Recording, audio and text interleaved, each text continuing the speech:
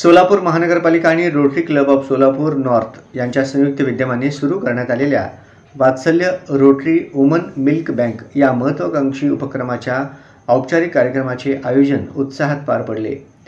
स्तनदूध दानाबद्दल जनजागृती करणे, गरजू नवजात बालकांना सुरक्षित व प्रमाणित दूध उपलब्ध करून देणे आणि मातृत्व व बालसंगोपनातील आरोग्यविषयक भक्कम पायाभरणी करणे हा या उपक्रमाचा मुख्य हेतू असल्याचे या कार्यक्रमात स्पष्ट झाले।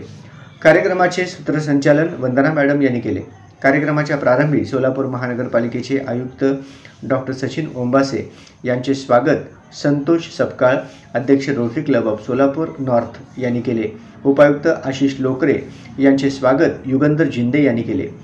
सोलापूर महानगरपालिकेच्या आरोग्य अधिकारी डॉक्टर राखी माने यांचे स्वागत आशावरी श्रॉफ यांनी केले।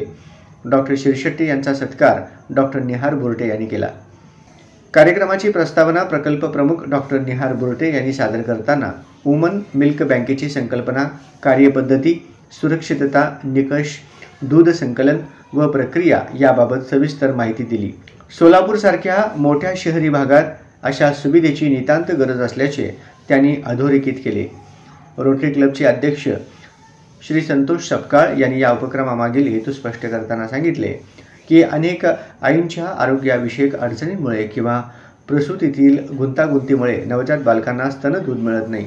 अशावेळी प्रमाणित, सुरक्षित आणि पोषक दुधाची उपलब्धता हा जीव वाचविणारा घटक ठरतो। रोटरी क्लबचा हा प्रकल्प समाजाच्या आरोग्यवृद्धीसाठी मोठे योगदान देईल। आयुक्त डॉक्टर सचिन ओंबासे यांनी या उपक्रमाचे कौतुक करत सोलापूर महानगरपालिकेच्या सार्वजनिक आरोग्य सेवेत वुमन मिल्क बँक एक अत्यंत महत्त्वाचा मैलाचा दगड ठरेल असा विश्वास व्यक्त केला।